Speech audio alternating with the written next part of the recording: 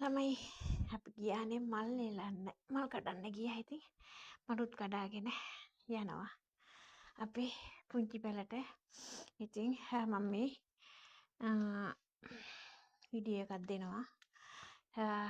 හිසේ කිස් ගන්නට තියෙනවා. ඉතින් එක අපේ හුස්ම යනකම් බැලුවත් ඉවරයක් වෙන්නේ නැති ඔක්කොම දුක්බර දේවල්, අපිල දේවල්, හිරිකිත දේවල් තමයි තියෙන්නේ. අපේ රට මම දැක්කා කාන්තාවක් කියන මේ රනිල් මහත්මයා හිටපු කාලේ කිලෝ 10ක් දුන්නා කියලා. ඒක නම් ඉතින් අපි දන්නේ නැහැ. හැබැයි ගෝඨ එතුමා ඉන්න කාලේ මම රුපියල් 5000ක් ගත්තා.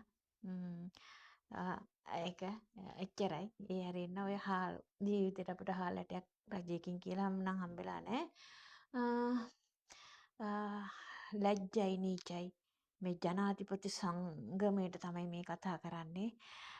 රට කන්නේ ජනාධිපතිලා, අපි මරන්නේ ජනාධිපතිලා, හොර වැඩ කරන්නේ ජනාධිපතිලා. අපි මහා මගට දාලා හිඟබණ්ඩපත් කරන්නේ ජනාධිපතිලා.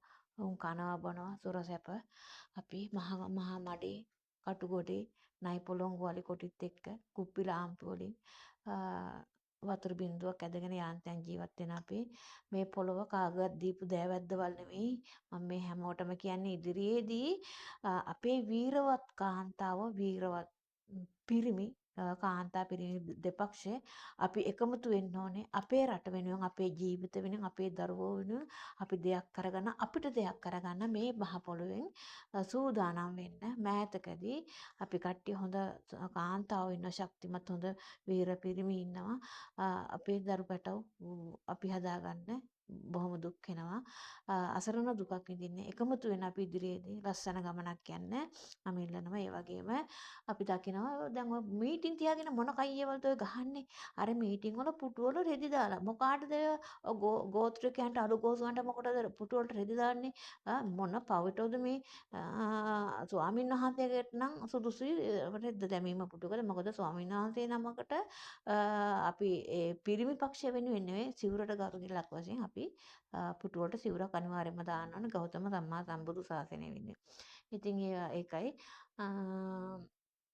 අපි බිල්ලට දීලා අන්න දැන් දකින්න නේද හැමෝම දකින්නවද හැමෝම මේ ගෝත්‍රිකයෝ අලුගෝසුවෝ යමලෝකේ යමපල්ලෝ අසූචි අවිච්චි මහානාරකාදී ගිනිජාවල් කියන ඔන්න දැන් පේනවනේ ඔය යමපල්ලෝ තමයි මතුවලා යුද්ධයක් කරන්නේ. ඔය යමපල්ලෝ තමයි කපන්නේ කොටන්නේ මරන්නේ. පේන්නේ නැද්ද? කිසි සංවරයක් නැතුව කිසි අනුකම්පාවක් නැතුව ඔන්න අවිච්චි මහානාරකාදී ලෝ මහා පාය මතුවලා තියෙන්නේ යමලෝකෙන් යමපල්ලොත් එක්ක ඔන්න දැක ගන්න. දැන් ඔය පේන්නේ යුද්ධ කරන්නේ. ඒකේ හිකුටක් නැතුව.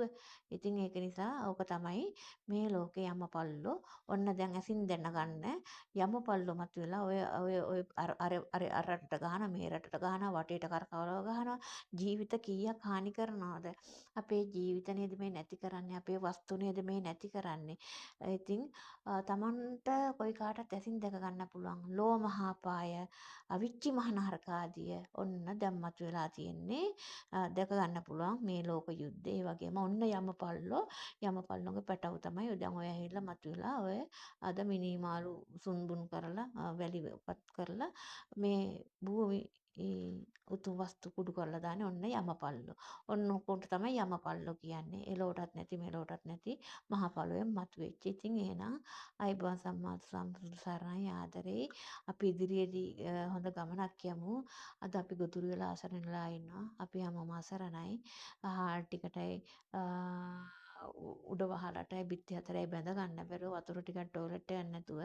ඉතින් එහෙනම් අපි හොඳ ගමනක් යන මගේ යාළුවනේ අපි එකමුතු වෙලා මෑතකදී අපි තව ටික කලකින් හොඳ ගමනක් යන් අපේ ජීවිත වෙනුවෙන් දුප්පත් ජීවිත වෙනුවෙන් එහෙනම් ආයිබෝන් සම්මා සම්බුදු සරණයි.